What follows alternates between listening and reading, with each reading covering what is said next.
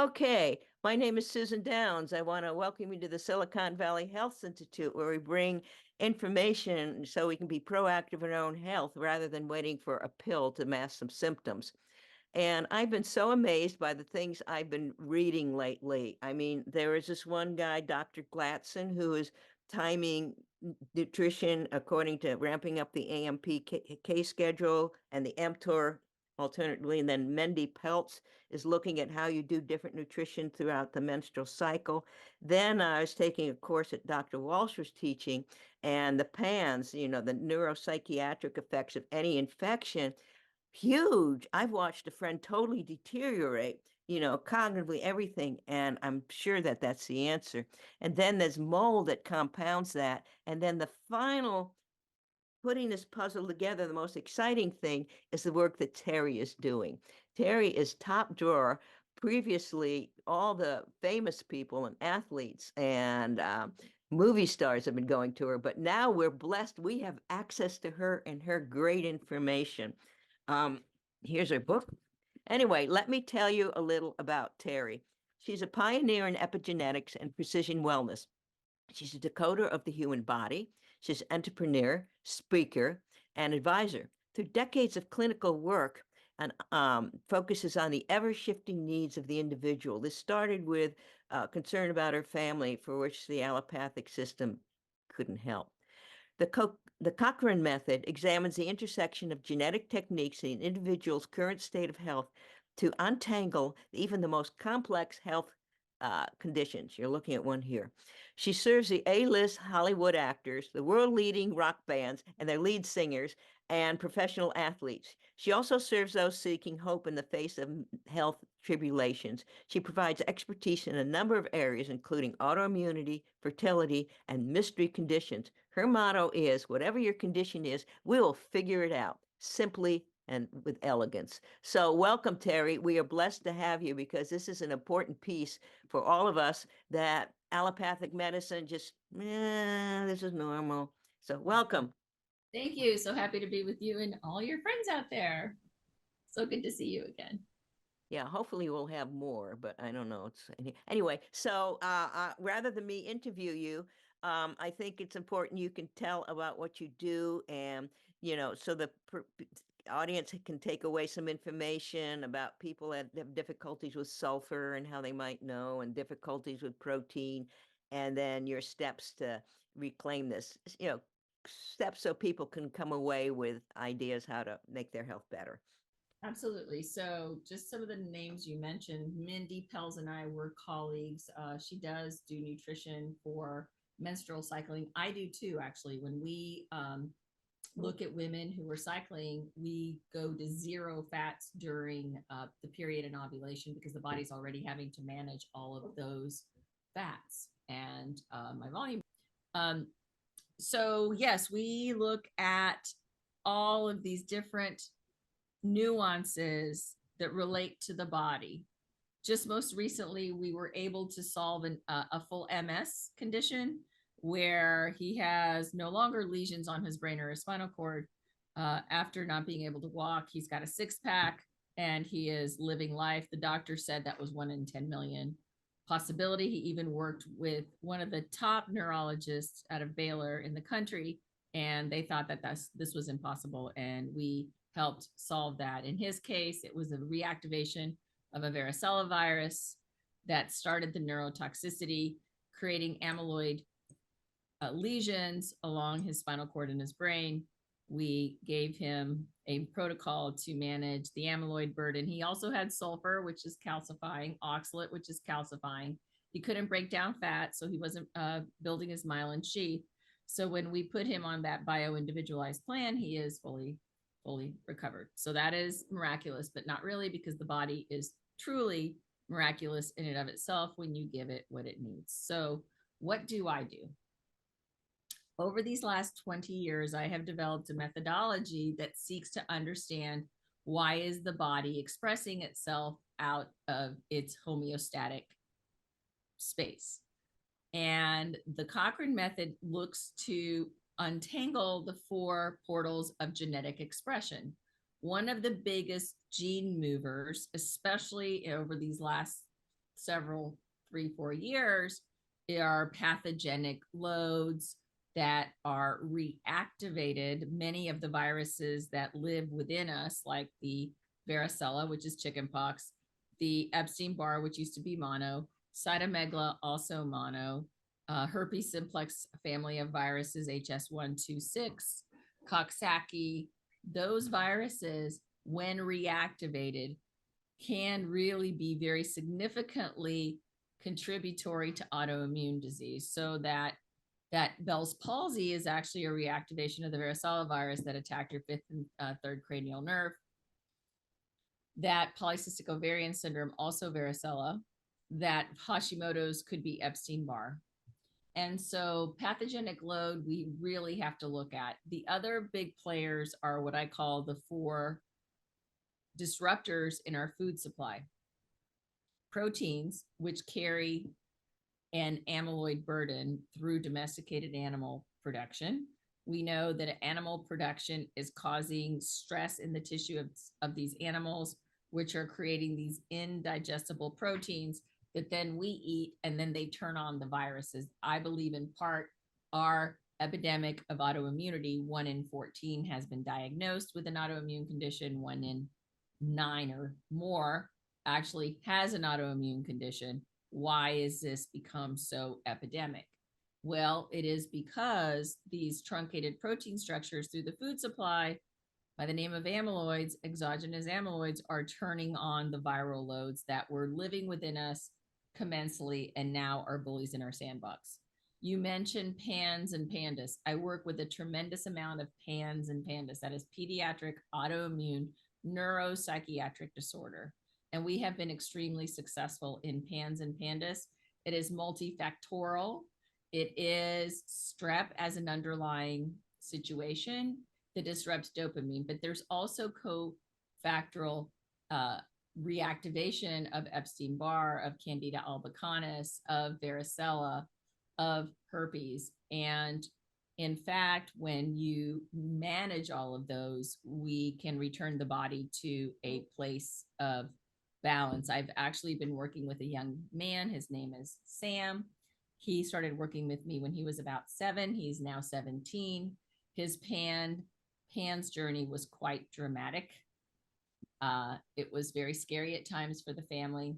And now Sam is a straight A student, junior in high school on the tennis team. He's one of the smartest kids I know. He's one of the kindest, and he's got one of the most robust immune systems because we were able to hack through all of these conditions. What is little known about PANS and PANDAS, again, where I believe I'm pioneering, is that the DNA fragment from amyloids actually make the biofilm, which fortify the strep, which creates the PANDAS. So if you're not looking at all of these in collaboration with one another, you're going to miss a comprehensive approach to manage these conditions.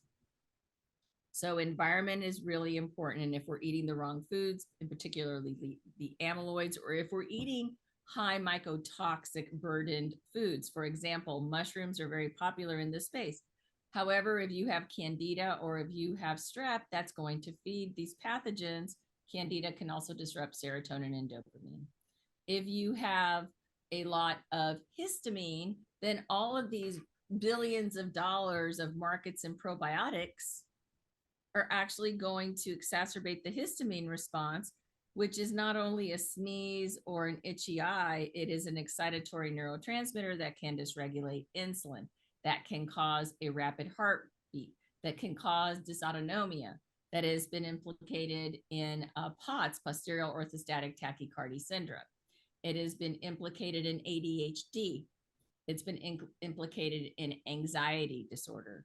So we have to be very careful of the environment, including our supplements, because that becomes part of our landscape of our environment, internal environment, to manage these otherwise very toxic pathogens. So histamine is a very big deal, especially in the state of COVID, because the spike protein, and this is in the clinical literature, has turned on the histamine receptor 1 gene.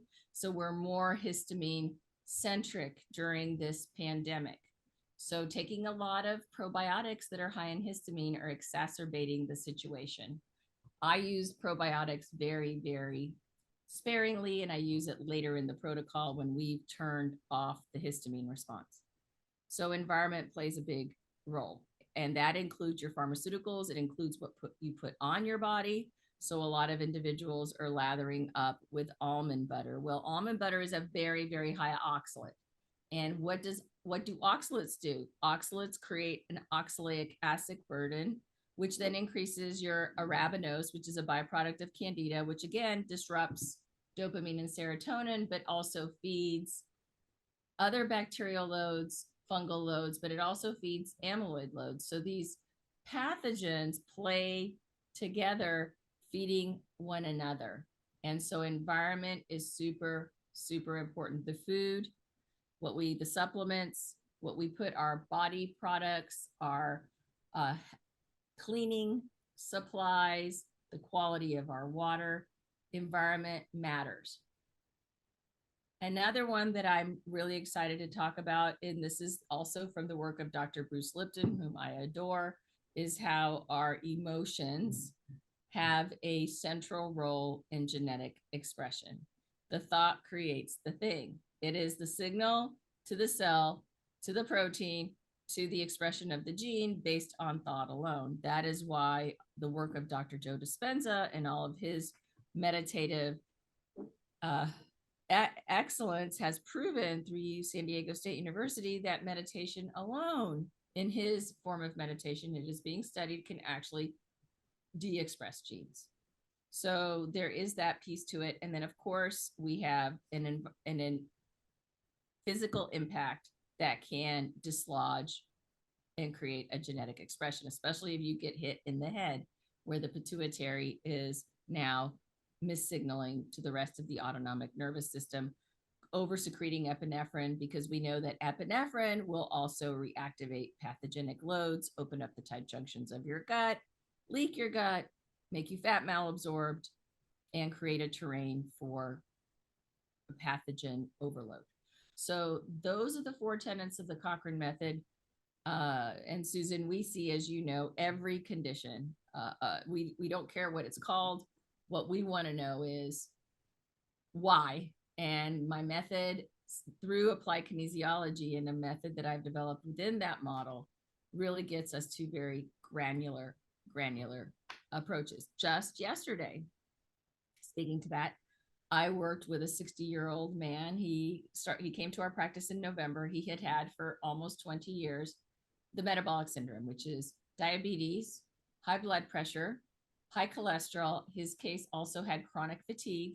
He had gout, and he had lifelong sinus issues. He was very, very much a ticking time bomb as a 60-year-old, because we know that the metabolic syndrome is one of the biggest risk factors for heart disease in men, which is the #1 killer of both men and women in the United States. And this gentleman has been on 4 different blood pressure medications for multiple years. He'd been on diabetic medication for multiple years, and he was being asked to take a new one, to no avail. One visit with us, 8 weeks later, his blood sugar is normal, his blood pressure is normal, he's lost 10 pounds, he no longer has chronic fatigue, his gout symptoms are gone, and he's got more energy that he says than he's had in the last 20 years. That's how fast the body can recover. And we see this as a matter of course over and over and over again. And I'm here to tell you, this is not a one-off. This is very much part of how we practice wellness. So ready to take questions? Well, why don't a lot of people might not be familiar with your book? So, as I understand it, there are various pathways and absorption difficulties. For example, with sulfur, that can cause problems, and so that means we can't eat the very healthy cruciferous vegetables, or onions or garlic.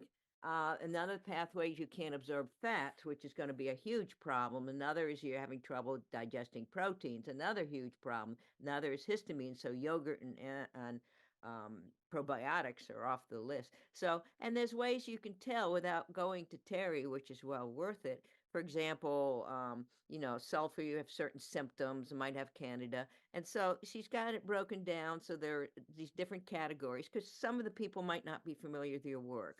But I mean, how this fits in with all the other methods that have passed whatever the allopaths do is fascinating to me. So maybe just a breakdown for the people who might not be familiar with your work.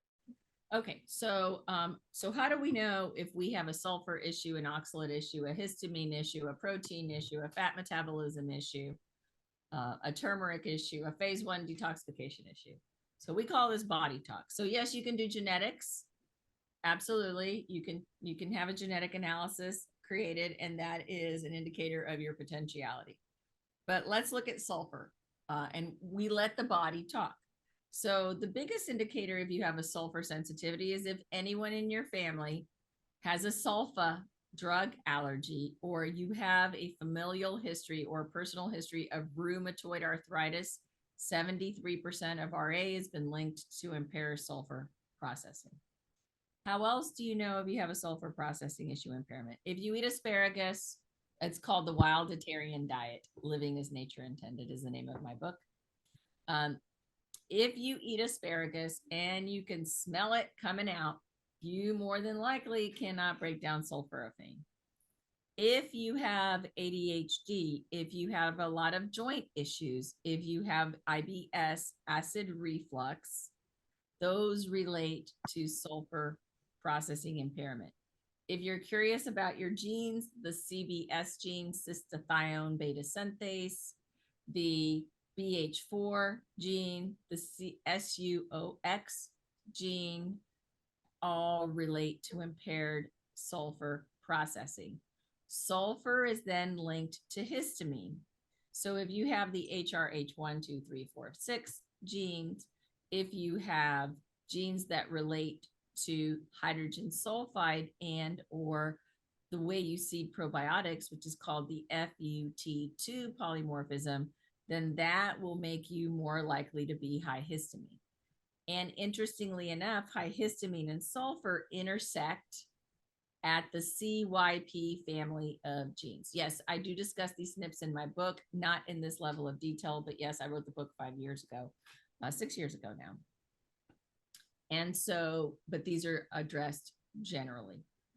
So what we find is histamine is related to how we break down the CYP4 family of genes. And there are many of those within the 450 family. We have the CYP2D6 that goes to, can I break down curcumin? If you have that gene, please don't take curcumin or turmeric. It can slow your phase 1 liver detoxification by 50%. 50%. If you have the CYP1A2 gene, you can't break down caffeine, but also related, these crossover with histamine, which then crosses over with sulfur. The CYP34A gene, you can't break down drugs, nor can you if you have the PON1 gene that goes to acetaminophen. This goes to pharmaceuticals. So you can get into intermediary metabolites that make it very hard for you to clear. I took on a client yesterday that does 40-day water fasts at a time. What we found is the reason is anything he eats, he cannot clear. And so when we looked at his genetics, he has multiple of these genes. So he has no clearinghouse mechanisms. And he was taking supplements that further shunted his clearinghouse mechanism. So hopefully he won't have to do 40-day fast to try to keep his body from going into a toxic burden. So with mold, what can be done with high ochratoxin in the body? What are a few initial steps one can take without jumping into your whole program? Well, the first thing we need to do is make sure you're taking out from your supplement regimen and your food regimen anything that converts to mold. That is mushrooms, of course, mushrooms in therapeutic doses or mushrooms in your food supply. Anything that has a mycotoxin, pea protein is awful because it's going to be mycotoxic. It's going to turn on that mold. Anything that has candida, for example, if you're feeding your body a lot of fermented or sprouted foods, it's going to add to the mold burden. Mold also has a double lipid bilayer. So if you're eating a bunch of fatty foods or being keto and you have certain other genes, you're actually contributing to that lipid burden. If you have insufficiency in bile synthesis, that would be the methylation C677T gene or others that have bile synthesis SNP impairments. You are in need of bile salts, cell salts, vitamin C. You need emulsifiers, possibly betaine. So in order to clear mold from the body, you have to emulsify, emulsify, emulsify. There are many very heavy duty programs against mold, but if you're not first eradicating that biofilm layer, you can't cut into the organism. It's going to be a very painful process along the way. Okay. So does DAO before or after eating help with histamine breakdown? Great question. If you have a DAO polymorphism, yes, absolutely. The DAO enzyme is very important that you take, and actually probably before a meal. If you do not have the DAO enzyme, but you have a histamine response, then you have to look at other reasons for your histamine. Maybe you have a CYP family of genes and you need a little zinc, or you need some vitamin C, or you need an adrenal glandular because your adrenals have been taxed and they can't produce the natural corticosteroids to manage the histamine response. Another supplement that I love for over expression of histamine is quercetin with bromelain. It is a mast cell stabilizer. It helps to seal the tight junctions of your gut, and it is an antioxidant. If you can get to a doctor, cromolyn has been very good as a mast cell stabilizer. That is oral cromolyn that you can take orally, not just in a nebulized solution. How to tell whether saturated fat is good or bad for you? Generally, saturated fat got a bad name, but it can be quite good. Butter is considered saturated fat. It's a very good fat. It's got butyric acid. It's a short chain fatty acid that helps build vitamin K in the colonic area. That is a prebiotic. So you can start preceding your wonderful good colonic bacteria. One way to know if you can't break down fats is look in the toilet. If you have a light colored stool, if you have a greasy stool, if you've had a history of acne, that means those sebaceous glands were not working very well. If you have heavy periods, that means you're recycling estrogen. If you have PMS, PMMD, if you have gallstones, if you have gallbladder issues, you're not breaking down fats. If you have bumps on the back of your arms, that's another indicator of fat metabolism impairment. If you have scapular pain, that could be an indicator because that's referred pain from the gallbladder.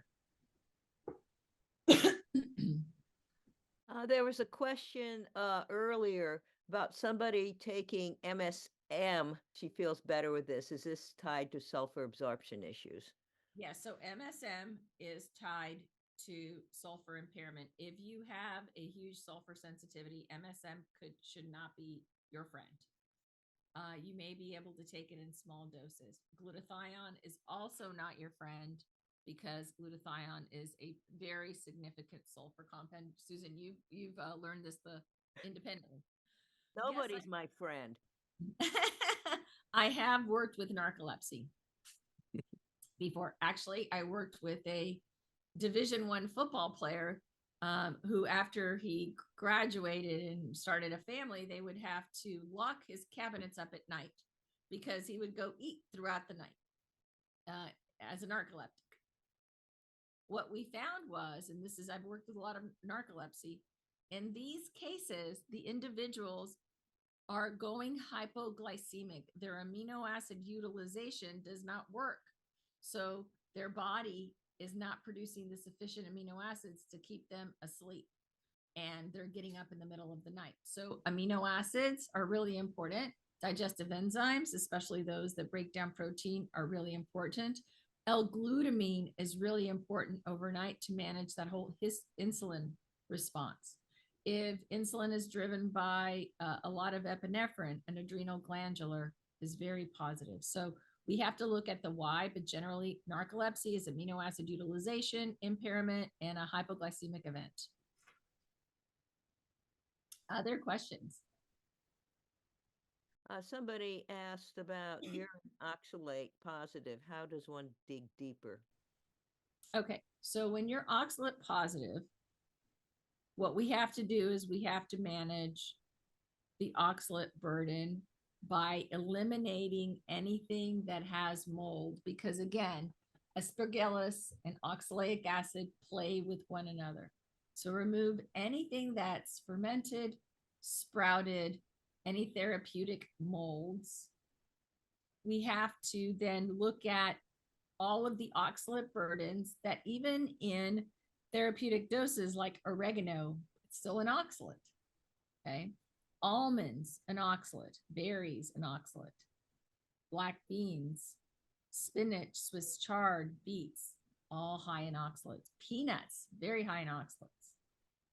So we have to remove the offenders from the food supply. And then we have to go in and try to break down the oxalate burden. How do we do that? Again, back to bile salts. We need to, calcium citrate has been very beneficial to manage the calcium oxalate burden. Serrapeptase has been very promising as a proteolytic enzyme to break those oxalate crystals. Box. Hi. Hi. I just wanted to make sure everybody else got an answer, but I'll quickly ask, one of my classic things that's showing up for me with some gut stuff, and I probably haven't seen every aspect of my condition, but I just noticed that when I start to take pills, or supplements, digestive support, anything, like they'll say, oh, let's support your digestion, let's support your fat malabsorption, and I'll take it. It could be something made out of whole foods. And then the next day I'll get this classic under eye bags, just puffy under eye bags. And so I'm really I'm concerned about how I'm supposed to support my body with the right nutrients to, kind of heal my gallbladder, my kidneys, my gut without stressing it out more. Does that make sense? Yes, Thank great you. question. So they're probably giving you stuff with the wrong constituents, because if you are getting bags under your eyes, that means your lymph backed up. Your lymphatic system, its second role is fat metabolism. And also in the lymph, it is actually recycling all of these pathogens. So you could have gone into a Herx reaction and you've recycled those pathogens, and that's why you feel like crap. So the way that my method works is we take one supplement at a time, and it is in a very specific order of protocol, because you're not going to try to kill a bug until your methylation pathway is open, or until your sulfation pathway is open, until your phase 1 liver detoxification pathway is open, until your body can stop responding to the histamines, until your body can stop being hypoglycemic, which is then creating epinephrine. So the first thing that we do in a standard protocol is we've got to calm the body first. We've got to calm the autonomic nervous system response, and then go through the protocol of all these things that might be happening. The reason why we have so few Herx responses is that we muscle test everything, including your supplements. Because, for example, let's say you have multiple SNPs of sulfur impairment.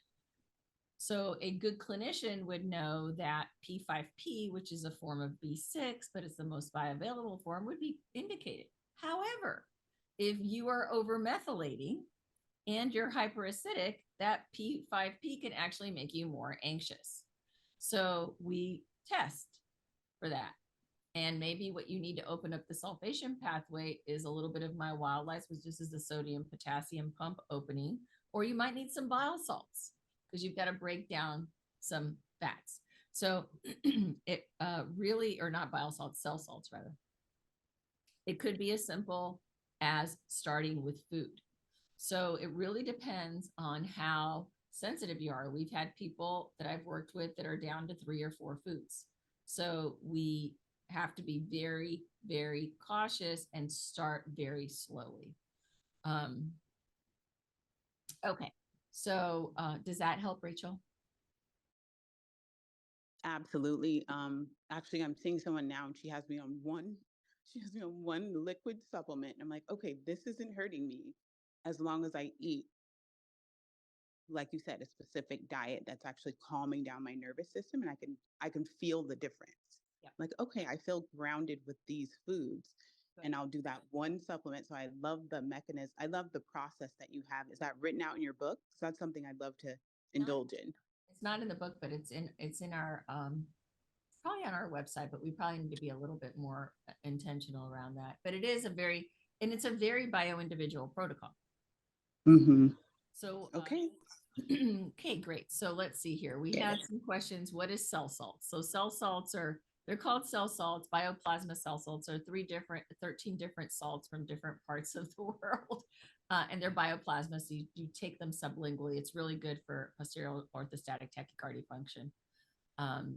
Okay, can you talk about autoimmunity and how it expresses itself and what do doctors seem to suspect autoimmunity but not able to confirm and do not know how to treat?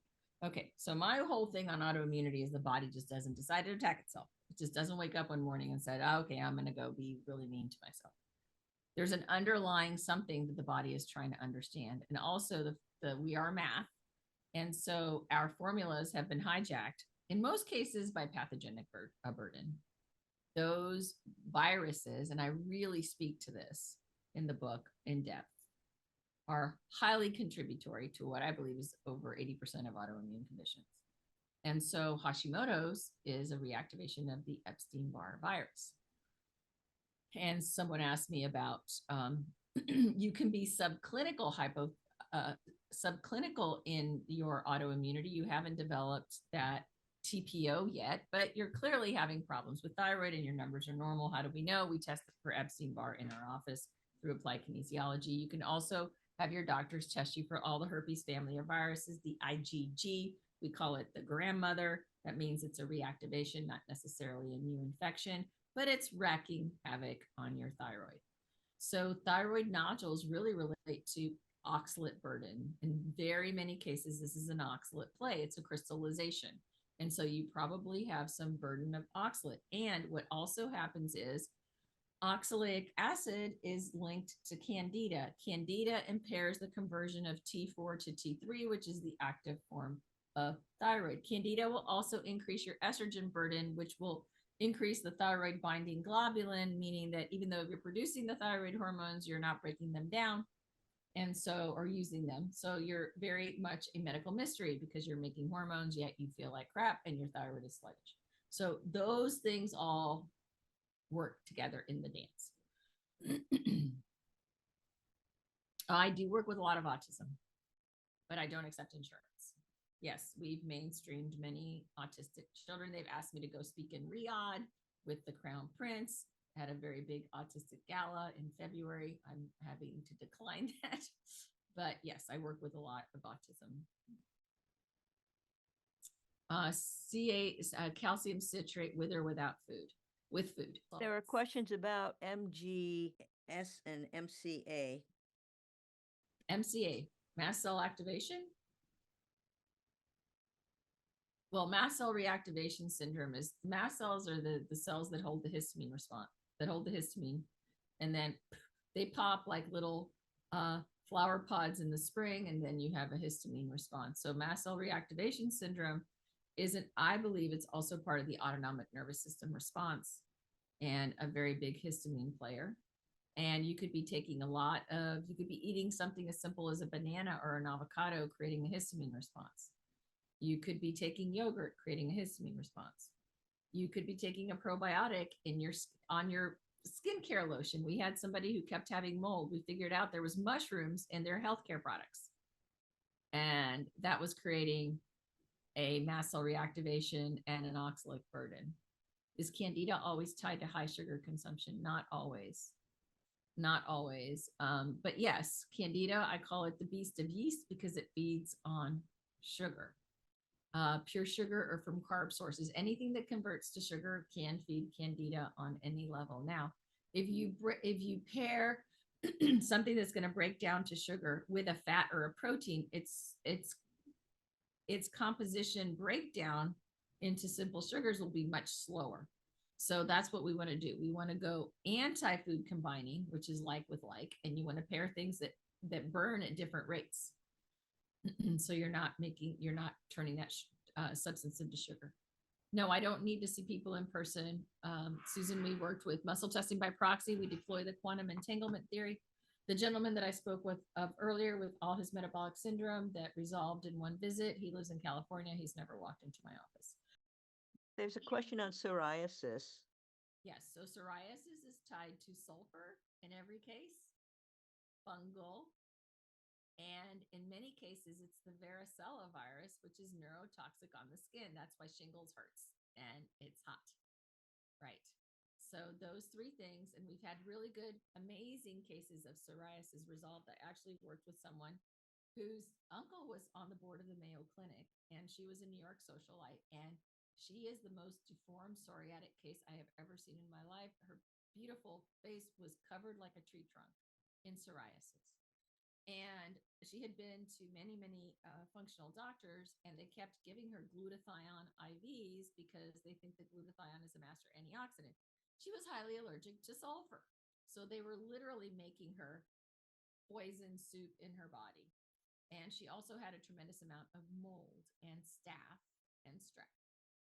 Her name is Lucy. She's public on my website, or not my website, on my Facebook page. So when we solved her mystery, she got better. She got better within about 8 weeks. We could actually see her beautiful face again. So I do work with a lot of psoriasis.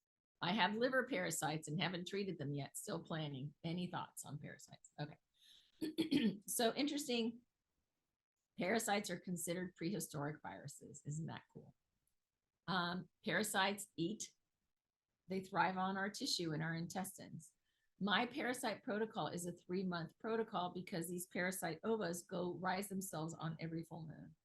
So one of the most effective ways to manage your parasites is to do black walnut, clove, and wormwood. Those are homeopathic, or rather herbal remedies, which are very, very important. Mastic gum is also antiparasitic. Papaya enzymes are highly antiparasitic. Papaya seeds actually are antiparasitic. But we also need to find out what was the cause of the parasite, because if you're eating the substance that caused the parasite, the body is going to react very strongly against that one food component. I had a client who all of a sudden her hormones went crazy and they thought that she had a brain tumor. So she came to my office and we figured out she had a parasite in her brain. So 30 days later, all her hormones resolved and they avoided brain surgery because the doctors were going to want to give her brain surgery. It was very strange. If you have sulfur sensitivity, you shouldn't have eggs for breakfast. Correct. Or oatmeal. Okay, what can you eat? Okay, so oatmeal has oxalates. You can eat oxalates, Susan. So for sulfur, for no eggs, no oxalates, what I have in the mornings for breakfast, I have salmon in a lettuce wrap. I have bison in a lettuce wrap. I will have cherries with cashews. I will have a egg white omelet. Sometimes I'll do some cheese. I'll do some fresh cheese with nuts, or I will do some cream cheese with tomato and basil on a whole grain piece of bread. So I eat soup sometimes for breakfast in the mornings when it's cold outside. So we just have to reconsider breakfast. You know, we're used to waffles and bacon waffles and bacon's not bad if it's unsulfured and if it's wild. We just have to rethink breakfast in a different way. A bean and cheese burrito is also very good. Questions on thyroid. Somebody's got multinodular pattern. She's trying to shrink it naturally. And she's too young to do, and there's surgery being considered. And somebody asked also about iodine, which doesn't work in certain patterns as well. No, it doesn't. Iodine can go into a thyroid storm if you have an autoimmune condition. Also, if you have serotonin deficiency, iodine is going to make you go cray cray. It's going to give you a thyroid storm. So anytime you're trying to break something down, whether it's a cyst, a goiter, a tumor, endometriosis, you need proteolytic enzymes. Proteolytic enzymes, they're little Pac-Man to the debris that we make in the body. Dr. David Gonzalez was a very big advocate of proteolytic enzymes in cancer therapy. He was renowned in that. But you also have to stop feeding the system that created the problem, right? So part of my MS protocol with this young man was that we had to stop creating the feeder system that was creating the lesions. And then we also had to give him a lot of proteolytic enzymes to eat his debris. You've had eczema since you were 13. So eczema is candida, sulfur, mold. And in many cases, well, it is sulfur and mold. I was home brewing kombucha. Oh my God, no, kombucha is terrible. If you have candida, you cannot do anything sprouted or fermented. You're feeding the beasts. Okay. Dairy can be problematic for many people. Yes, if there's a candida, the molecular mimicry is also related to gluten, because gluten mimics the thyroid hormone and you're not making any of yourself. Not all dairy is bad though. And if you don't have candida, and if you have oxalate crystals, then dairy can actually be good if you're not eating fermented dairy, high histamine dairy, or dairy that is stinky, that is mold based. Okay, fresh dairy, butter, mozzarella may not be bad because you have calcium citrate there, which obviates calcium crystals, which makes the goiters in part. What can we take instead of curcumin and turmeric? So the curcumin and turmeric is actually an oxalate, but it's also a phase 1 inhibitor. So as an anti-inflammatory, I really like boswellia, which is also frankincense, which is also antimicrobial, which is considered a non-steroidal anti-inflammatory. I really like arnica, which is great for soft tissue inflammation. All dairy is bad if you're sensitive or have certain conditions. Potentially, yes. Yes. Again, that's why we're very bio-individual. I never say anything unilaterally because there's always a if, this, then. My question, mushrooms should be avoided. Yes, absolutely. Avoid mushrooms if you have candida. Yes. It's a fungus. And yeast is a yeast. And it's a yeast is part of in that fungal world. So no, you don't want to match like with like. You're feeding the beast. I'm a disruptor in the space, but I have the efficacy of my work is just really unprecedented. Why would heart rate spike in the middle of the night? You might be having a histamine response. Okay. Now histamine will spike your heart rate. If you're having a vasovagal response, that will spike your heart rate. There's some questions previously, for example, connection between viruses in the body and nuts. Nuts? Yeah. Peanuts have oxalate burden. Oxalates build biofilm. Biofilm feed amyloids. Amyloids feed viruses. So yes, certain nuts that have high oxalate burden will feed it, or that have a high mold burden, yes. And another question, if somebody has a genetic predisposition to neuromuscular diseases, what does one do? So you have to create an environment where you can actually make myelin. How do you make myelin? Myelin is made out of collagen. It's made out of fats. It's made out of essential fatty acids. We've got to make sure that the cellular membrane is protected. So in this case, you have to manage your body's ability to process fats. So you're not going to be taking in a lot of fats. You're not going to be taking in a lot of essential fatty acids, especially if you're fat burdened. You're going to start with very, very, very small amounts after you start emulsifying. How do you emulsify? Betaine, vitamin C, bile salts, taurine, which is a precursor to bile salts, choline and inositol, which helps it break fluid for the brain. Not phosphatidylcholine, because that's fatty, but choline and inositol is one way to do it. Lipase, which in particular is an enzyme that breaks down fat. Okay. Tempeh is not okay. No fermented foods. Absolutely no, no, no. If you have any candida, plus it's soy, and soy is an oxalate. Plus 90% of soy is genetically modified, so it is a xenoestrogen. I call it kryptonite soy. There's a question of herbal protocol like myrrh and artemisinin. Is that useful to clear viruses in the body? I like Artemisa. Artemisa is really good as an anti-parasitic. I really like Palo d'Arco as as a broad spectrum antiviral. I like Cat's claw is kind of clawy and it's really good for Lyme. Berberine is very good if you have any strep autoantibodies or strep. So there are many broad spectrum anti, if you will, microbials that are good. But yes, Artemisa and Pau d'Arco in particular are good antivirals. And there's a question, I think the answer lies in the toilet, is how to tell about tolerance for, oh, this is for saturated fat, but how do you tell for tolerance for fats as well as saturated fats? Any fat is going to be, you're really pretty much going to be looking at the toilet. The liver doesn't discern between saturated and unsaturated truly.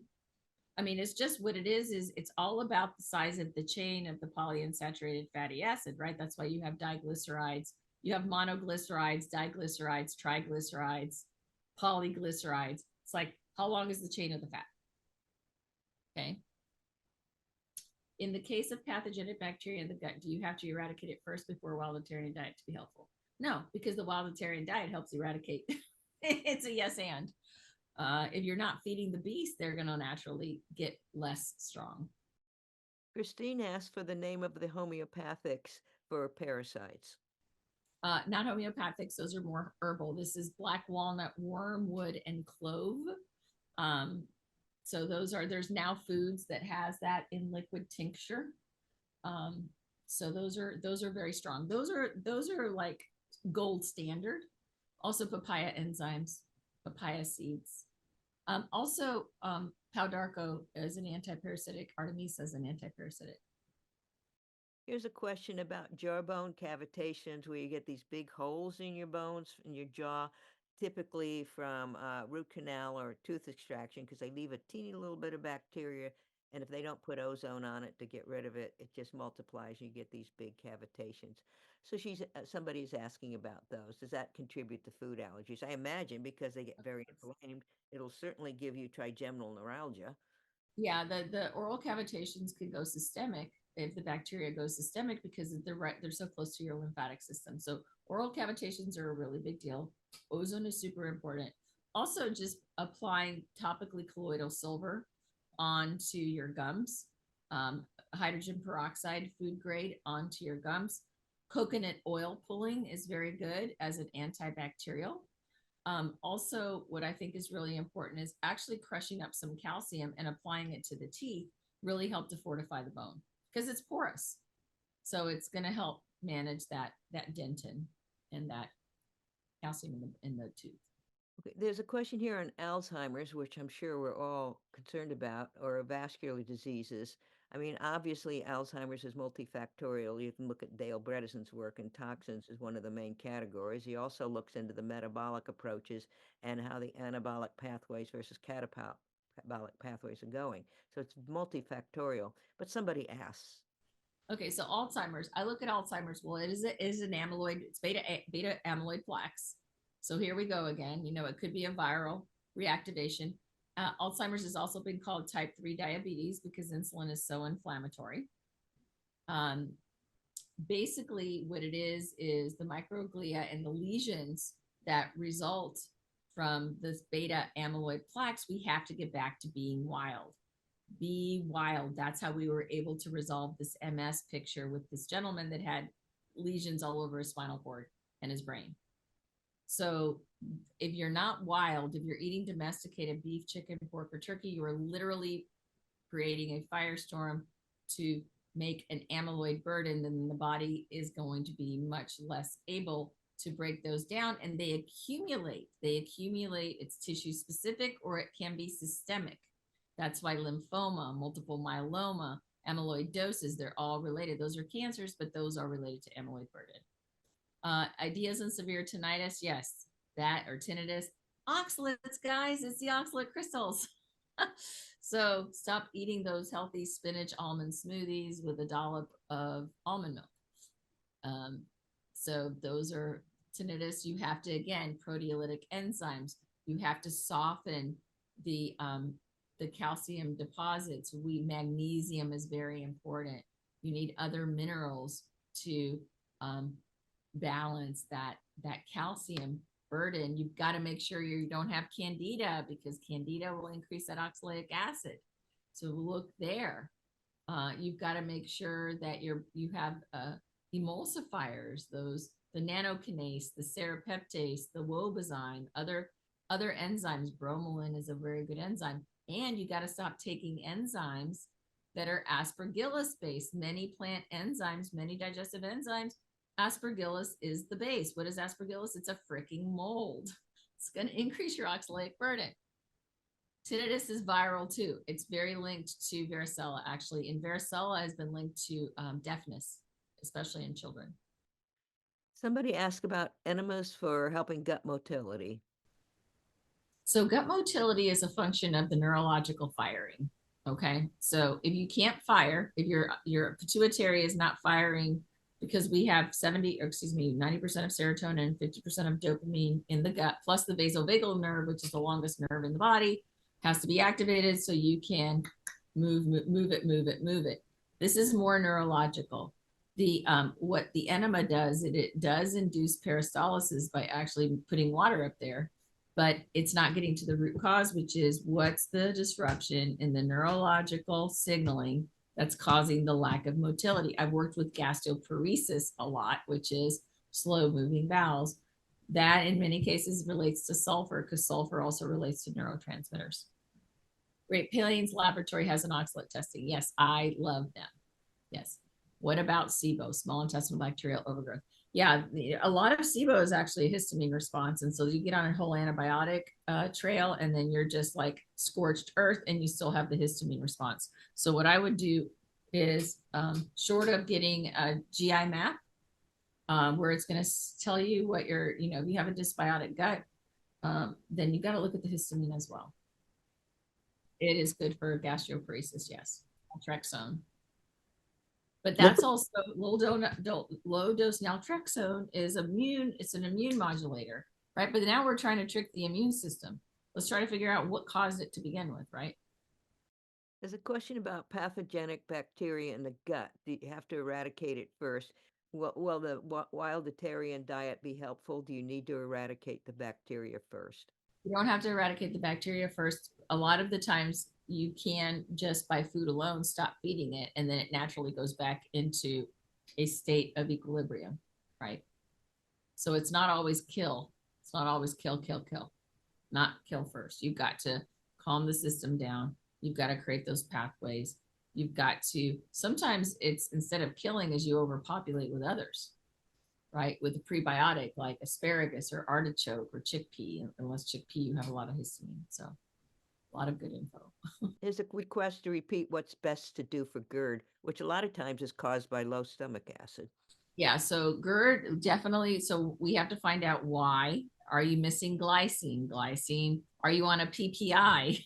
So protein pump inhibitors actually contribute more to esophageal esophagitis than help protect against it. That dirty little secret, right? So why are you having insufficient stomach acid? Or maybe you have a high sulfur sensitivity causing acid reflux.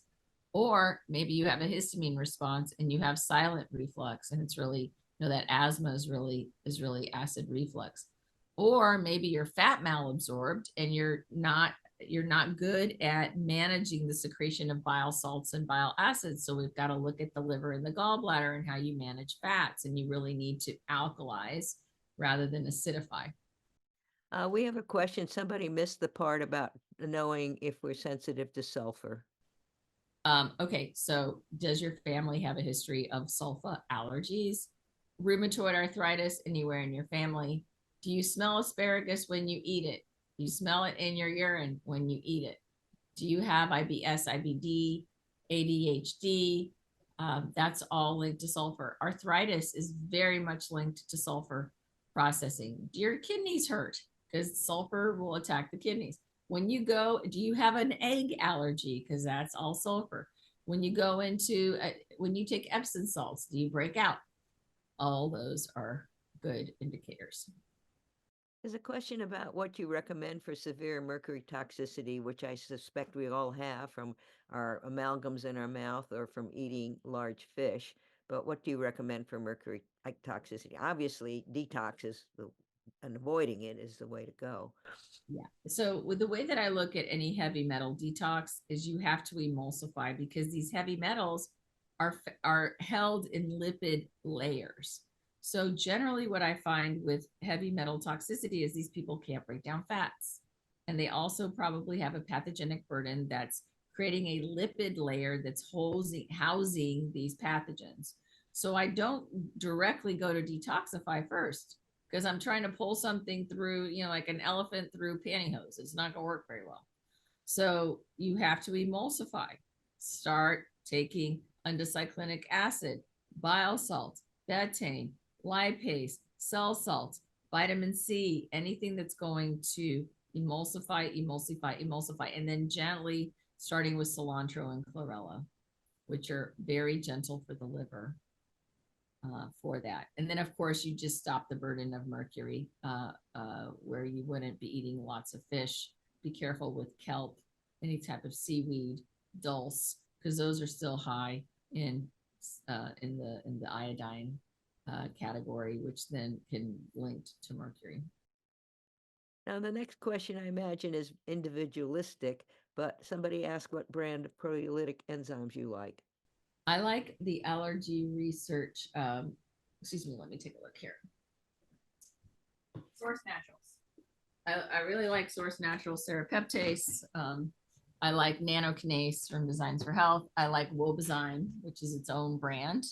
But I also like Bromelain Plus from Biotics Research. That's just a pineapple-based, plant-based enzyme, but it doesn't have any aspergillus. Stay away from those again. Somebody comments on Great Plains Labs. I think they're now called Mosaic. I'd like to give a shout out for them because when you've got these PANS, which is you get these psychiatric and neurological conditions and people are starting to break down, they get cognitive decline and don't know what's going on. They do test to see what's going on in there and test on the mold, and they can do some of the genetic testing to see which, they're a great source. Their exam and their mold exam, I think, are very useful. I like their organic acid test a lot. It shows you the oxalatic burden. It shows you 5-HIAA. It shows you all the neurotransmitters. Love them. That's a really good. Their oat test I think is gold standard too. And somebody's asking about slow motility. Could that be part of other genetic issues, probably, or syndromes? She has EDS and slow motility as a part of her condition. Okay, so EDS is Ehlers-Danlos syndrome, EDS. That's CBS gene? That actually has to do with fat metabolism. All EDS is inability, so your ligament lax, right? So without laxity, so what is the tube? What is our digestive system? It is a very large tube that's made of collagen, which needs to be able to, you've got a fire, but you also have to have the collagen integrity. So this is about it not being able to break down your fats. So, and actually one of the persons that, interestingly, that I worked with gastroparesis, her triglycerides were 700, go figure. She couldn't break down fats. Right. So we got to look at breaking down the fat burden. I know Dr. Walsh ties that to a specific gene. I don't recall which it is. I can look it up. I tie it to FADS. FADS is a gene. Oh, he picked another one. I will email that to you. Also, DBH, he thought, was contributing to that. On high homocysteine. Actually, this is really beyond methylated B. Great question. Okay. A sneaky little secret about homocysteine, guys, impaired sulfation processing. And you could actually be an over-methylator if you have methylation C, the COMP gene, and CBS as a constellation of genes. You're going to over-methylate. So taking B vitamins is going to make you cray-cray. So instead, what you need is P5P in the form, that's the B6, unless you're demyelinated. But generally, P5P is very good to lower homocysteine in the sulfation pathway. Collagen is good. However, if you have high histamine, collagen is not so good. And you have to examine the form of collagen because bovine collagen is going to have potentially a lot of amyloids. All right. So actually, Senef's work looks at, the bone marrow and collagen, and these animals they are just like teeming with amyloid. So be careful with collagen. I want the recording. Okay. Now, is chronic vaginitis a sign of Candida? It's called bacterial vaginitis. Chronic vaginitis is BV. That means that your ecosystem down there, your microbiota, is out of whack. Okay, so just like the little ecosystem, so what do? Colloidal silver is great. Coconut tea tree oil suppositories are great. Also, you could do a lot there. You can actually, this is where, if you don't have a tremendous amount of histamine, there's some oral probiotics you can take for the microbiome of your mouth. You can actually crush it and put it in the microbiome of your vagina. So absent histamine, those actually are quite good, but it's bacterial and you just have an ecosystem out of alignment. And here's a question from somebody that's had to deal with this tragic condition, PSP, progressive supranuclear palsy. I think this person's tried everything, light therapy, Klinghart's methods, and everything. And this was tragic watching the lack of success in these issues, even though the brain was still functioning very well. So with palsy, I would really look at your viral loads. Again, neurotoxic viruses, especially the cytomegalovirus, is related to palsy, and the varicella is related to Bell's palsy. But palsy in general is a neurotoxic attack, a neurotoxic viral attack. And so look to that. And then actually, again, I'm not a doctor, so I can't prescribe, but in the clinical literature, you'll notice that acyclovir and baciclovir is really good against the cytomegalovirus and any other herpes viruses. There's a question here, how to purge your body of sulfur and avoid contributing more through the food, diet, supplements. Well, obviously stop taking it. Yeah, so you're going to stop taking it through food, but also these are the big sulfur bombs here, guys, ready to roll. Alpha lipoic acid, glutathione, N-acetylcysteine, garlic, glucosamine. Those are all highly sulfuric. Bactrim, Cipro, which is a cephalosporin, but it kind of once removed from the sulfur family. Those are antibiotics. Epsom salts, bad. Okay. And then how do you manage sulfur? Molybdenum is very good to manage sulfur unless you have high uric acid levels and have gout. P5P is very good for managing sulfur. The way that I manage sulfur is that I alkalize because acidity kicks my butt. I have a sulfur processing issue. My wildlights, I love. I take them every day. They help with uric acid levels. Acid is going to accelerate the sulfur. They help with the oxalate burden. They support the potassium sodium pump. Really, really love that. And so also what I do with sulfur is that I juice every morning with cucumber and cilantro. Cucumber is silica. That's going to help with my joints. It's going to help with acidity. It's highly alkalizing, and then cilantro is just very highly liver purifying, and it doesn't have any sulfuric compounds. And it's also a very great heavy metal detoxifier, and just such a liver friend. Chlorella and chlorophyll are also very good. I do alfalfa grass, barley grass, wheatgrass from Alkaline Greens. This is a company out of Australia. These greens are very, very highly selectively curated, and they're super, super clean green because I can't take greens. Stop drinking your kale smoothie, killer kale. Oh my God. So stop that. No green smoothies in the morning with the wrong sulfuric compounds. All your cruciferous are sulfur. There's a question here. Can a fermented food like tamari or the mushroom have mold problem since it is baked when it's baked and broiled? Does cooking this not cancel the mold problem or fermentation? Doesn't. I mean, fermentation, yes, you'll stop fermenting when you're cooking, but you'll still potentially still have the mold in there. Lime is okay unless you have your demyelinated and your hyperacid. A problem with cucumbers, take away the coating. Take no peels with cucumber. Cilantro is just very good, but cucumber, it's hard to digest because the wax on the coating plus it's insoluble fiber, the peel. I always peel my cucumber. Otherwise I would have trouble digesting it too. It's a question on high homocysteine beyond methylated B vitamins. I think I answered that one. That was the whole sulfation issue. Okay. And how do you get collagen if you're sulfur and oxalate compromised? What sources do you use? So you can do collagen if you're sulfur and oxalate compromised. You just can't do collagen if you're histamine compromised. I like Dr. Will Cole's collagen, nature. I also like the fish collagen that is from Vital Choice, but nature is very good. It's just expensive. Somebody asked about food challenges when using a CGM. Okay, I have my CGM, right, with me continuing glucose monitor. I love it. Let's see how I'm doing now. Let's see what my CGM is, because I had honey because I'm just getting over a little bit of a cough.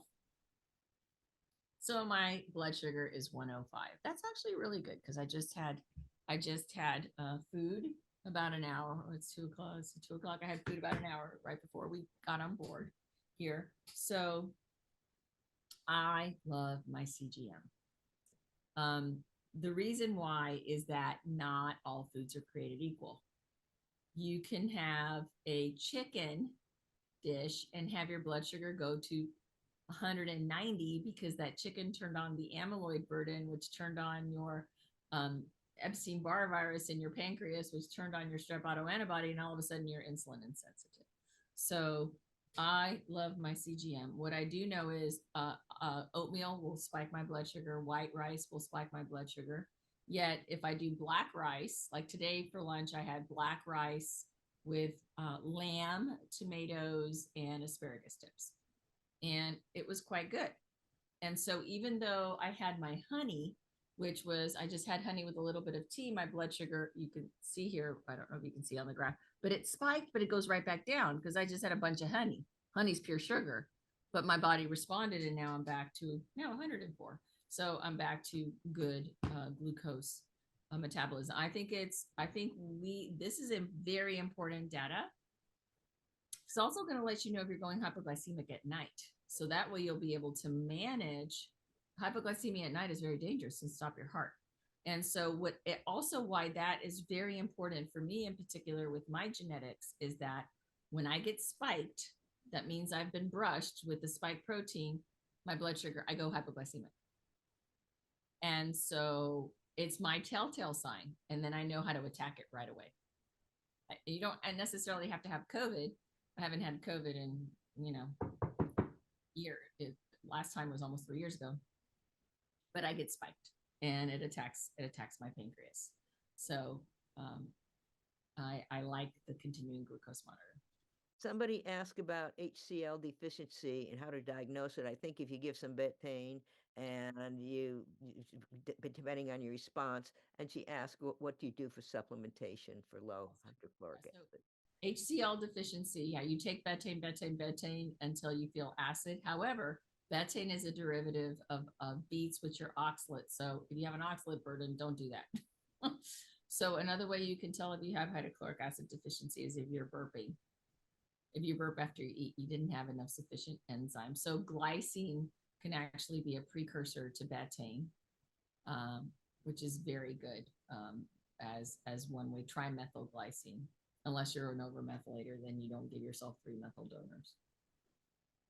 What about homeopathic sulfur? How does that intertwine with sulfur? Really just, no, the body just can't handle the burden. In particular, because glyphosate has stopped our body's ability to process sulfur and convert it to sulfate. So we're already predisposed. And I will tell you, I have multiple sulfur genes. And I used to eat sulfur all the way through my 50s. And then whoop, it hit a tipping point in the macro environment. And then sulfur became ubiquitous, or rather glyphosate became ubiquitous. And then all of a sudden we had so much trouble with sulfur. And so it's a sad situation because these otherwise sulfur-rich compounds in our food supply are really rich in antioxidants and minerals and phytonutrients, but we've really just done a number on ourselves. Now, this kind of implies that TCM and traditional Chinese medicine and all the herbal things that they give us that help us can be problematic as well. It can. I think if you have a lot of phase 1 liver detoxification genes, just like the man who has to fast for 40 days to try to clear his system, and you take a lot of homeopathics, which is like with like, you're going to be in trouble. Wow, poison hemlock. Wow. Yeah. So honestly, I will tell you that I've worked with an individual. Her name is Liliana. She's a little angel. I worked with her for a decade. It took me a decade. She was an anaphylaxis to 52 foods. She's now eating all those 52 foods. And so we had to take a very slow roll approach with her. She was an infant when I met her. She was a reject of every major hospital, including children's. So we had to manage her DAO enzymes. We had to manage her sulfur, her oxalate. She had staph. Staph had really messed her up. We had to manage multiple phase 1 liver detoxification genes. But by the time she got to Santa Monica microdosing clinic 2 years ago, and she was exposed to the allergens that would have killed her, she passed 92% of those allergens on the first blush. And so now she's eating all of her foods. And so it is a very, very slow roll, but we can come out of it. Liliana is high proof of that. There's a question here. A person has a 4-year-old who occasionally gets knee and joint pain. It's almost monthly. She administers gloves and an antiparasitic, but what else can this be, or what else can she do? Okay, so knee and joint pain, that looks like juvenile rheumatoid arthritis as a 4-year-old. That's a sulfur burden. Okay. So I would have her genes tested or his genes tested. You can do a saliva swipe and then find out how much sulfur sensitive they are. Also, strep in the joints is a really big deal. So if these kids have had a lot of strep in their young lives, then we've got to eradicate the strep, but you're not going to do it with an antibiotic. I like berberine. I like endocyclinic acid. I like grapefruit seed extract. I like olive leaf. Again, you need emulsifiers for these things. Mastic gum is quite good. It's also great for H. pylori, but it's just good. I would just like it because it's a resin that helps rebuild the intestinal lining. Well, the thing I'm concerned with is many people can't afford to do anything outside of whatever their insurance covers. So when somebody notices these things happening and, they just notice things are going on and then they think they've got cognitive stuff, what can they do on their own without, because, people have to have money to go to experts, and obviously cleaning up the diet and maybe by looking at your book or website to see what your proclivities are and adjust accordingly. What can people who can't afford to get help do? Yeah, so great question. I think that understanding your genes is super, super important. And we can analyze genes for about $300. That's not a lot. We can even if you don't get to consult with me, that's worth the $325 plus whatever you pay at 23andMe. But 23andMe right now is under attack. Plus, we can get you other ways. Functional genomic analysis, it'll cost you another $300. I think also just read my book, listen to your body, look at body talk. What is your body telling you? And then, one of the things that I want to do, Susan, and I think I've talked to you about this, is I need to teach this so people can be empowered. I need to teach the layperson, not just doctors today I've spewed out a tremendous amount of information that's not known even by functional medical practitioners. So that's my goal. My legacy is for the world to know this, and that even lay people can avail themselves of very fundamental, important data about their body and how their body is reacting. And just listen to it. If you eat yogurt and you start sneezing, or you get a stomach ache, or you get foggy headed, or you start getting ADHD, or you want to get anxious, that's a histamine food, right? So let your body be your own litmus test for a reaction. It's constantly communicating with us. There are ways to. I'm a Cuban refugee, so I've always found ways to be cost effective and solution seeking, even when I didn't have my resources. So the body tells us, just listen, read the book. You can buy it on Kindle for $8. This is so important because so many, first of all, many people believe the system and the allopaths without questioning it. So, but when people notice things, it's so important to get this information out, and maybe through a parallel system rather than the existing system. Also, tell us about the spike protein. That's really been challenging and a mess. All right, so the spike protein, it actually enters the system through the angiotensin converting enzyme. If you have a variance in that, you're going to be more likely to be spiked.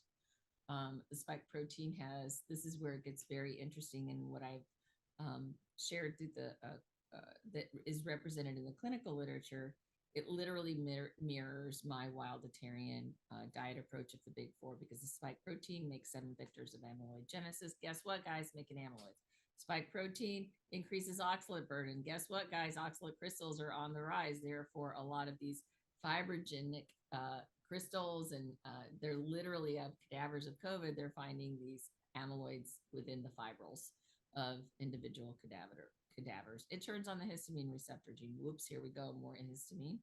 It disrupts the angiotensin converting enzyme 1 through 7, which has to do with fluid balance, with hormone balance. It disrupts GABA, which then GABA, when it's missing, the 3 big roles of GABA and the 3 big concentrations are the central nervous system, the pancreas, islet cells, and our reproductive cells in our bodies for men and women. So when GABA is depleted, you're going to have the bad estrone, which that's why breast cancer is through the roof.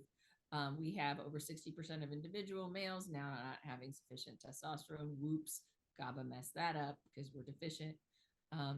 It's a big deal. So the spike protein is doing all sorts of very bad things beyond making us sick. And so that's why, more than ever, I say it is non-negotiable not to be wild. You have to understand your wild type and really be generally low sulfur, low oxalate, because the histamine receptor gene, again, intersects with sulfur. Low sulfur, low oxalate, low amyloid. Those are non-negotiable right now because of the potential impacts and cross impacts with the spike protein. Can you explain what your wildatarian diet is? So the wildatarian diet, I invented the name. It's one who consumes generally wild caught, wild raised animals and fish and shellfish, low mycotoxic, which would be like no pea protein, no mushrooms, low oxalate, low sulfur foods, dairy products that have been regeneratively and sustainably raised.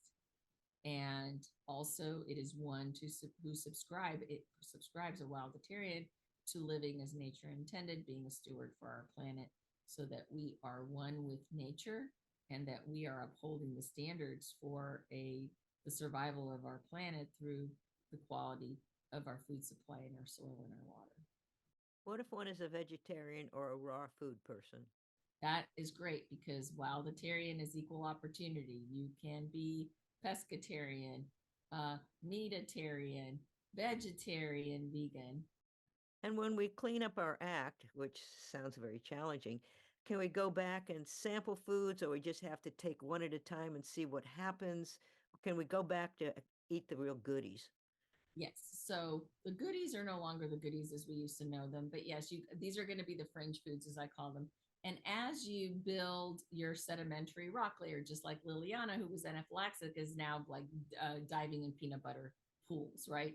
So yes, once you turn off the histamine response, you turn off the body's response. My son, he's the reason I do this. He could eat air. He was allergic to everything when he was little, and now he's eating everything that he was allergic to without consequence. When you re-encrypt cellular memory, the cellular memory changes. And so yes, absolutely, as long as we're not under attack. If you've just been exposed to the flu or RSV or any virus, you're not going to be going fringy, right? Like even me, I just had the flu a week ago. Right now I did primarily vegetarian because I didn't want any protein. Protein was too much for me because I had the viral capsid growing inside of me. I didn't want that. So are you ever too old to time encrypt? I don't think so. I don't think you're ever too old. Just like the 60-year-old gentleman who'd been fighting these 4 elements for 20 years, and now he's like feels 20 years younger. So Organic Valley does a good job. I like Organic Valley. Hey, Jennifer. Yeah, hi. So thank you for all this wonderful information. I wear an Oura ring, and Uh-huh. two things it always tells me, which I'm wondering if it's connected to food or what. I am a very restless sleeper, and my blood pressure does not drop all the way down until just before I wake up. Your blood pressure. Yeah, it measures heart rate. Sorry, heart rate. Sorry. Okay, so your heart rate doesn't go down until right before you wake up. All right. So you could have your autonomic nervous system. So you could be pushing a lot of cortisol. That makes it restless, right? So I would have your cortisol checked. Um, it could be that you're hypoglycemic, which makes you push cortisol or epinephrine, which will also make you restless. Restless sleep has to do with blood sugar regulation. Um, and that blood sugar regulation, if you are pushing epinephrine or cortisol, it's going to jack up your heart rate, right? When you're releasing adrenaline, your heart goes, right? Okay. Yeah, that could be a couple of reasons. So I would have those checked. Okay. Thank you. Another way to know is to do a litmus test. If you take licorice and you feel like crap, if you feel like your heart races, licorice increases your cortisol levels. So if you already are high cortisol and you take licorice and it goes really crazy, take charcoal to try to obviate it. But that's one way to know. Why don't you, can you give a shout out for the LifeWave stem patches and tell what they were about? And Naomi, who's on the call, can help you with that if you're interested. Yeah, I really like the LifeWave patches because it's got such amazing technology. It's got multiple patents, and actually, I just worked with somebody who's very famous in the world of athletics. I saw him today, and he's like, "My gosh, these LifeWave patches! When I put them on, I don't have any pain on my knees." So, copper is really important for ATP. It's really important for mitochondrial function. It's really important for reducing the reactive oxygen species. Copper, and particularly the X39 patch, and that's what I'm talking about, is very important to manage an iron burden, which we're all over ironed in COVID because also the spike protein increases your iron stores, which then becomes lipid-like, which becomes an oxidative burden, which also then makes amyloid. So there's all these reasons why we should be more copper friendly and less iron friendly right now. But yes, I really like the X39 patches in particular. There's a question about somebody following Peter McCullough's protocol, the FLCC. She's taking nattokinase, bromelain, and curcumin. Curcumin might not be good for some people. What do you think of that approach? I like nannokinase and I like bromelain. I like both of those. I like vitamin C unless you have a high iron burden. I love quercetin with bromelain. I like vitamin D because it's really helping with, unless you have a really high fat burden. I really like methylene blue. Methylene blue, unless you have unless you're on a SSRI or you have an MAOA gene, methylene blue has been now clinically proven to denature the mRNA. I also like iodine. Iodine also from NIH has gotten some really good results, but very, very small doses. And do not take if you're in a thyroid storm and you have Hashimoto's, just as a sidebar. So I mean, this is so fascinating. I mean, one can contact Teri. She does it online. You set it up initially with the email address, which I provided, or you can email me and I'll sort out whatever you need and also give you a copy of this recording. But then you do the genetic testing on your own, and she'll give you all the answers. You won't be listed with 1,000 SNPs, or she'll tell you exactly what's going on. She'll summarize it, give you that genetic data, and tell you what you have to do step by step. She's wonderful, and I don't think you can get this information anywhere else. So are you basing, since we don't see you in person and I guess you don't do other lab tests? I'm not sure. Is it just the genetic test that you go by, or do you need to know all the symptoms we're having? I'm not sure how you work. Yeah, so it depends on what level you want to work with me at. So if you just want a genetic analysis, and we'll go over your genes and we'll give you your genetic vulnerabilities and what foods to stay away from, what foods to go on. A full consult with me, there's a full questionnaire. If you've had any blood work, we will review that as well. Then we do applied kinesiology. So we do a granular muscle testing, and we use the quantum entanglement theory to see people through Zoom. And so you're in real time getting feedback on not only do you have the gene, but is the gene expressed and why is it expressed? And then what de-expresses the genes, because we go through this very granular approach of finding out what viruses are out of balance, what bacteria are out of balance, how are your hormones, your neurotransmitters, how are your liver detoxification pathways, what are your digestive enzymes doing? I mean, it's very comprehensive. Susan's gone through it. It's very, very comprehensive. So you do want other tests done, specific ones for enzymes and various Oh, things. no, we do this in-house. We do this through applied kinesiology. We get our answers through that. Oh, okay. So the actual lab test is just, I mean, I have a genome test, so basically everything else will be applied kinesiology. Kinesiology, but because we work with such complex health conditions, and many cases, I lead many teams of doctors for very complex health conditions, but we work collaboratively. And so you'll either have your blood work and I can take a look at it and that'll give me some data. I look at blood work differently than most. And that also is just, over time we have deltas. But yes, whatever you have, we're not making you get a blood test, but if you have a blood test, yes, we'll review it as well. And then if I feel like you need, more blood work, then, we can have you talk to your doctor about this and such. But generally we don't require blood work for the first thought. Right. I was just thinking mostly of the viruses in the body, but you can test that with applied kinesiology of what latent viruses are wreaking havoc in the body. Yeah, we test what's out of balance, but I do think it's really important to know your levels. Like I like IgG and IgM of all the herpes family of viruses. It gives us really good data. When I was really sick with my viruses, they were off the charts. Now they're back in balance. They're still there. The immunity's there, but it's like 30 instead of 3,000. So. Do you work with pregnant women? I do. I work with a lot of fertility is one of my expertises, but I also work with those expecting. Yes, we've made lots of babies here. And what are your thoughts on bioidentical hormones? You have to be very careful. I'm so over bioidentical hormones unless you really need them, and you better understand the Dutch test doesn't even give you enough information. That's why I love muscle testing, because it'll tell us, one, do you have predisposition not to be able to break down hormones? Through two, are you recycling your hormones? 3, do you have insulin insensitivity or candida, which is making you recycle estrogen? 4, is your thyroid off? So there's so many layers, so many layers to bioidentical hormones. I'm not saying never take them, but in many cases they're prescribed. Somebody wants to know, are there alternatives to 23andMe? Yeah, through functional genomic analysis, this test costs about $325, but then we can do it can go through there. And because 23andMe right now, yes, it does, their data got compromised and nobody's able to upload their data, but functional genomic analysis, which is one of the algorithms we use, can provide you it takes about 6 to 12 weeks, but it can provide you your raw data.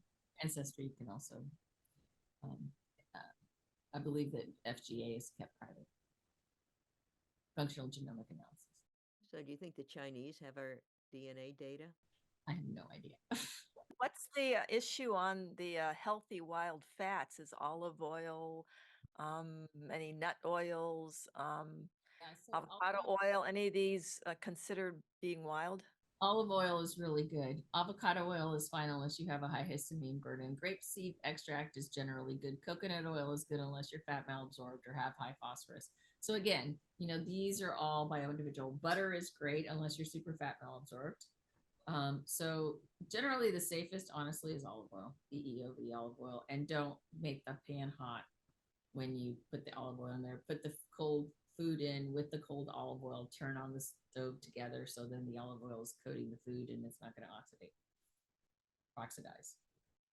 Yeah, sadly, most avocado oil is filtrated.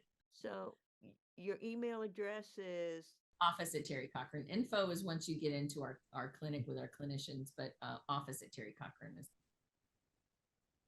I usually just use olive oil or grass-fed butter. Yes, we shouldn't heat olive oil. That's right. That's why you put it on a cold pan. You put the food in there. Agreed. And it's hard to tell if they've mixed olive oil with other oils in some of the bought products. Yeah, everybody, it's like you got to trust your provider. Everybody's cheating, sadly. Not everybody, but some. and stay away from the seed oils, corn oil, canola oil, rapeseed oil, very heavily processed. That will get into our cell walls. Cells won't be able to communicate with each other. A very nasty path. Yeah, the trans fats change. So trans fats change cis fats, which are the happy fats, into these bad fats, and then we have no communication, and the cell membrane becomes brittle, and then we're up for DNA insult. Rachel. Hi, I'd love to ask a question about my pituitary because I went to go get muscle testing and I told him, I've had 7 pregnancies.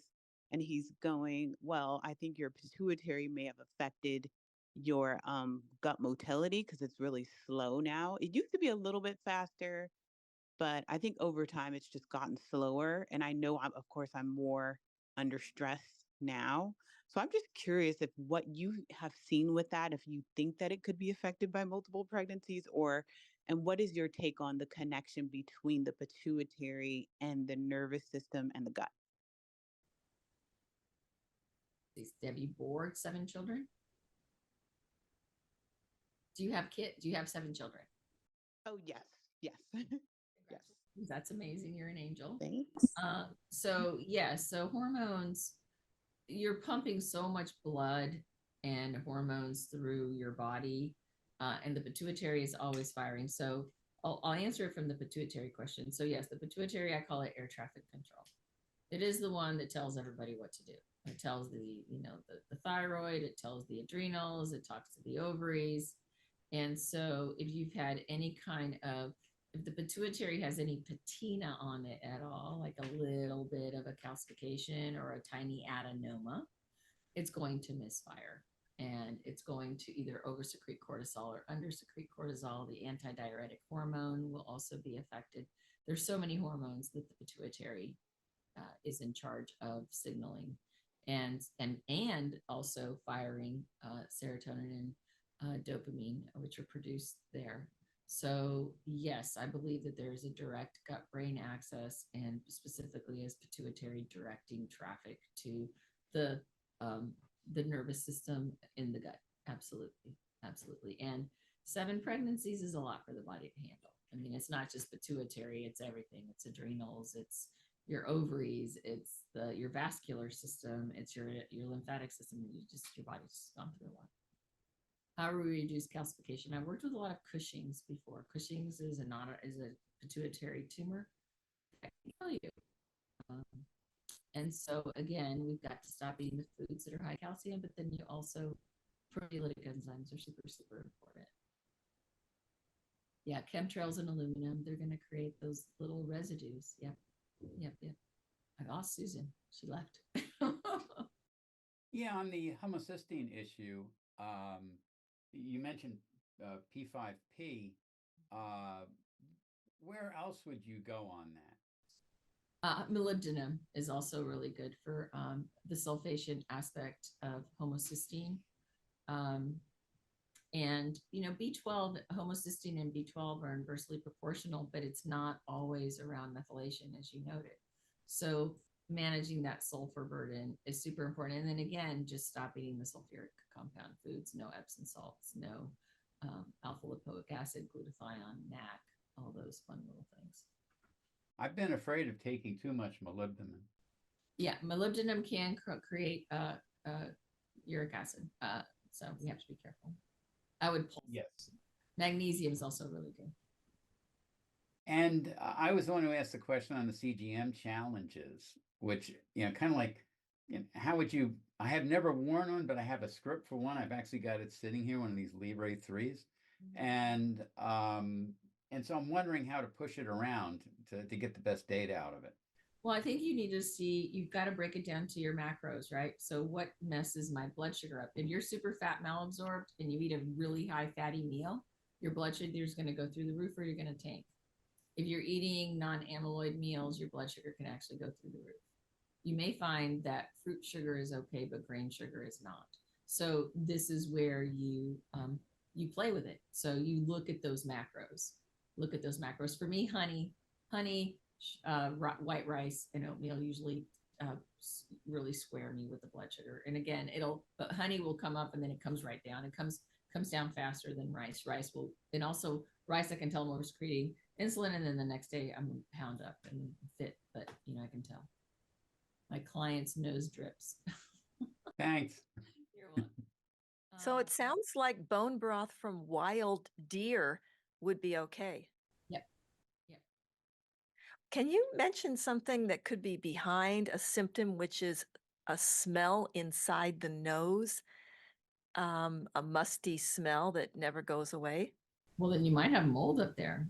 I mean, there could be, you could have it. So we have sinus cavities all throughout, right?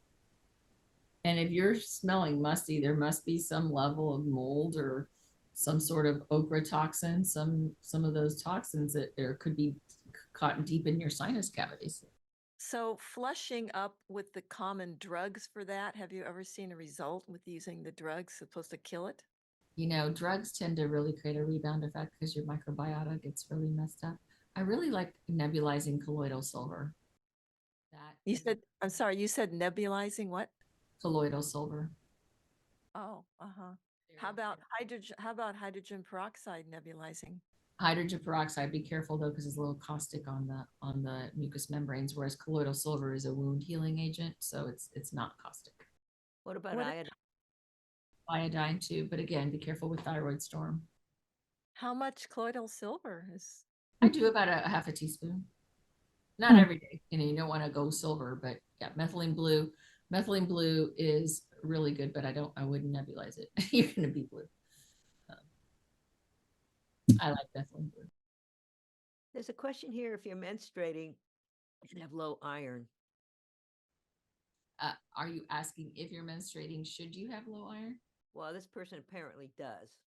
Yeah. So sometimes, and this is the work of Dr. Morley Robbins, whom I adore, is that there's very few low iron unless you're actually losing it through bleeding. Now, when you're menstruating and you're hemorrhaging, yes, that could be low iron. But I would look at your ceruloplasma to see exactly if it is low iron or not low iron, and really iron stuck in the tissues. And it's just presenting as low iron. What about BPH, benign prostate hyperplasia? What about it? That's the question. Generally, aromatase inhibitors are really important for any kind of prostate inflammation. So nettle, saw palmetto is again the gold standard for men. I really like calcium D-glucarate. We may be an impact of insulin testosterone dysfunction. So L-carnitine will convert insulin to testosterone and then flush it out. It's not free testosterone. It could be the fact that there is some bacteria there that's causing the inflammation in the prostate. So Somebody comments that her autistic nephew started having seizures and never had them before. What are your thoughts? I work with a lot of seizures. Seizures have to do with myelin sheath, but it also has to do with the body's inability to process fats. And typically that's the seizures are tied to pathogenic loads, most likely strep. But I do work with a lot of seizures and always fat metabolism impairment.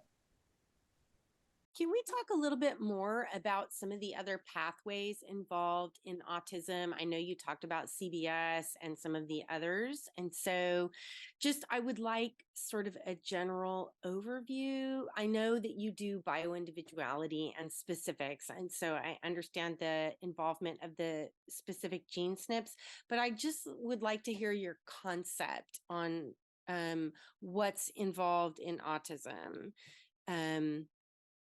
All right, has to do with the OXTR gene, OXTR. Also the COMT gene, which has to do with your catechols, the CBS gene that has to do with sulfation, the methyl donors, methylation C677T, and the methyl A1298C. The HLA-DQ genes that have to do with mold because autism is tied, the SUOX gene, the HOGA gene, the gopher genes, those have to do with oxalate metabolism burden. Autism is tied to many of those. Okay. Yep, we look at all those. Thank you. Yep, you're welcome. There's a question on what's the best water to drink. Oh gosh. So it depends. Like alkaline water is supposed to be touted as being amazing. I can't stand it. My body rejects it. Carbonated water, just don't go there. It's just not good for you. We're so calcium burdened. I like mineral, the higher the water from the colder the spring is probably your best bet. I think, pH water, deuterium depleted water. I know there's big on that. Oxygen water. Those are okay, but when anything is depleted, reverse osmosis is demineralized. It's clean, but it's demineralized. So you have to be careful. There's a question of how to help bring blood pressure down. My gosh, there's so many reasons. It could be a function of you're not breaking down protein. It could be a function of sulfur. It could be a function of fat metabolism and you have edema. It could be a function of you've just been attacked by a viral load and your bun and creatinine is high. You take a look at that. My mom, after COVID, her blood pressure went to 200. They gave her a blood pressure medication. She almost stroked out because it was too low. So blood pressure medication isn't always the answer. Magnesium is very good. Nitric oxide is very good. A lot of reasons for blood pressure. Sodium and potassium pump is very good. Potassium is super important, but you can't over potassium or under potassium. It's dangerous either way. Somebody's talking about flapping and spinning with autistic kids, so she's using chlorella as a detox. Chlorella. It goes away as it leaves the body. What does this indicate? Well, there's heavy metals. Okay. Let's see, somebody recommends hydrogen water. And another question is, if someone has a histamine issue, MCAS, and also sulfur and oxidate issues, what order do we tackle these and how? I think you do the histamine first, and then you go to the sulfur and then the oxalates, because histamine and sulfur cross over. Yeah, so you've got to calm the histamine because histamine's excitatory, so it's going to flip everything else out. Somebody wants an explanation of muscle testing. Okay, and this is going to be my last couple of questions because I have 3 o'clock. I have a 3 o'clock client. Okay, well, I thank you so much. Of course. So muscle testing is a form of applied kinesiology. And so the biofield is a field that's been proven by National Institutes of Health. It is an energetic field that surrounds our body. We are energy.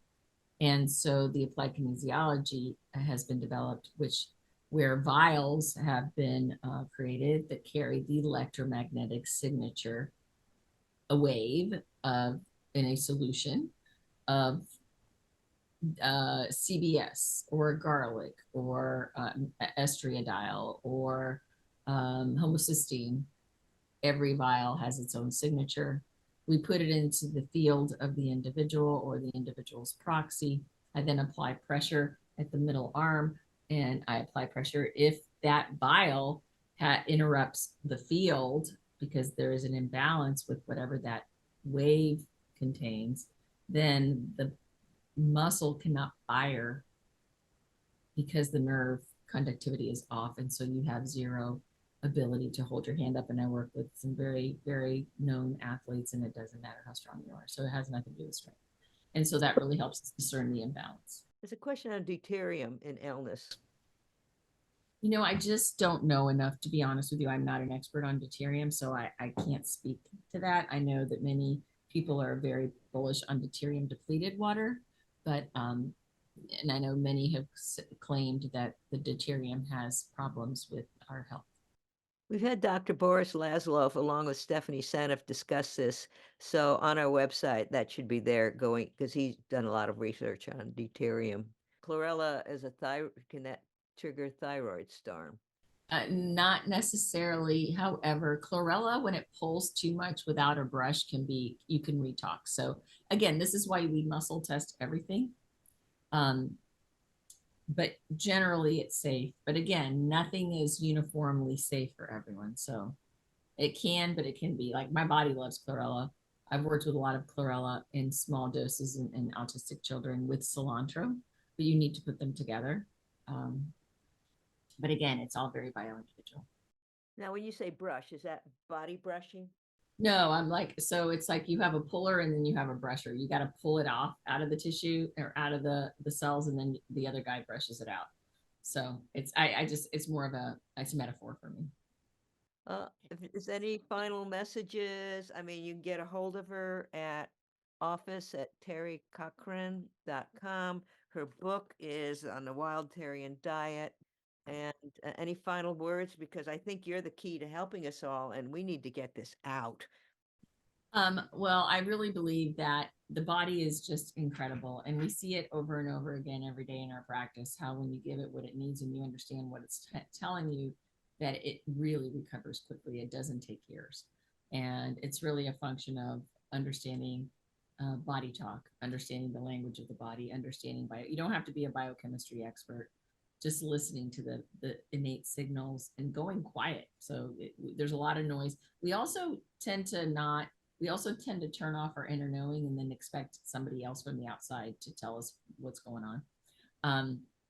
And so even everything that I have shared here today, take what resonates with you and leave the rest behind. If it didn't resonate with you, then it's not for you. So Well, I want to thank you. I also think spirituality is an important component to any healing, because I'm wondering why all my genes are effed up, but they're not turned on. How's that that's happen? right. That's So right. so I know you incorporate that and believe that and live that very extensively. So I think what you're doing is so important, and it's so important to get this word out. So anybody that wants this video, I'll send it to them and just pass it on. We got to get this word out. I mean, if the medical practice typically takes 20 years before they incorporate something, and I know you've got to go very quickly, so maybe we should sign off very quickly, and thank you profusely. All right. My great pleasure. Yes, let's get the word out, because there are ways to heal, and more ways than we can even ever imagine is possible. And it's right at our fingertips. Doesn't have to be that complex. All right, everyone. Thank you for listening. Have a beautiful weekend. Bye-bye. Thank you. Bye-bye.